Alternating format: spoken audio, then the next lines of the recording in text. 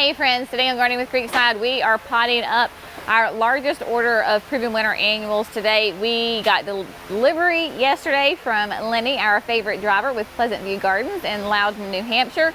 All of the annuals are hanging out in production number 1 because we are running out of production space here in number 2. Huge order. Not only do we have all of the annuals for our customers, because we bring these in so that way we have like a nice steady supply of fresh material, and then we also have the plants that are going to be for our gardens both at the house and the nursery display gardens. So we have got a ton of annuals to pot up today. We have got a fantastic team here. We've already got them organized. We're trying to start getting the assembly line going of getting them out of the trays, so that way as soon as we get the machine going, we can just rock and roll.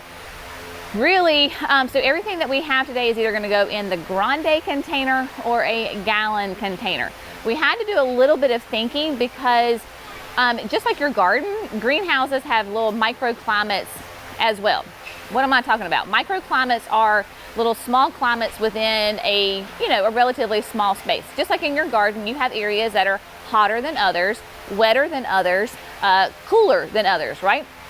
Same thing in the greenhouse. So we have areas that are close to the front door, but just because of it's not perfectly sealed airtight, it's a little cooler right there. Then you've got areas maybe that are a little bit more damp. They hold water a little bit more because the grade is not exactly perfect, because it does have a slope, right? So that the water sheds. So some of these areas stay a little bit more damp. And then with the heater, even though we have it and it blows out, there are still some areas that stay warmer. There are some areas that stay shadier. So we have to kind of think all those things through and place the plants that really thrive in those conditions. For example, closest to the door on the greenhouse, it stays a little bit cooler because there is a little bit of a draft there. We're actually going to be putting the sweet alyssum right there, because that sweet alyssum, of course, is fantastic and it spreads, right? It's low, but it spreads. Well, that can be a little bit of a problem in a greenhouse because we don't use growth regulators. So we use temperature to help control the growth. So we want to put them in a cooler area so they stay nice and tight and compact. Then like super bells will be next. Same thing, keep them nice and tight and compact. So we're trying to get all of that organized, which requires a little bit of brain thought this morning. So we're just going to take you through. We'll stop with the production and show you what we are doing, and so that way you get a great idea of all the things that are happening in the production side of the greenhouse. And I will try to show you all the different parts, because I know that y'all all like to know exactly how this stuff works. So we're just going to have a great day potting up a gazillion annuals.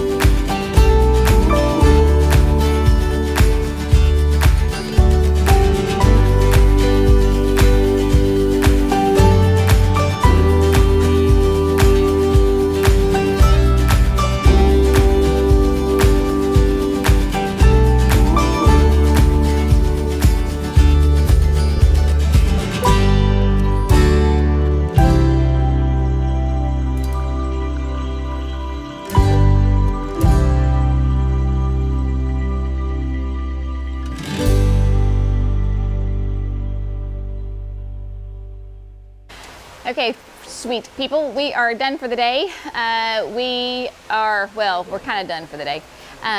We have to move all of the equipment out of production number 2 because we were running out of room.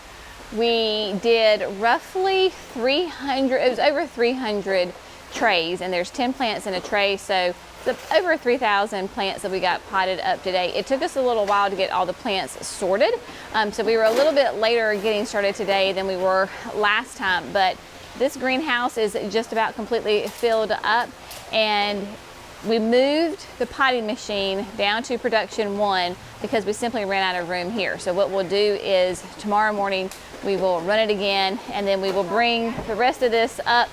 So we'll bring all of this up, and then we have a section here on the side that we need to get filled in with plants as well. I don't know if you can hear that, but the wind is whipping like crazy. It is very warm, and I think there's supposed to be some storms coming through today. So if you hear a ruckus, that is just the plastic popping on the greenhouses.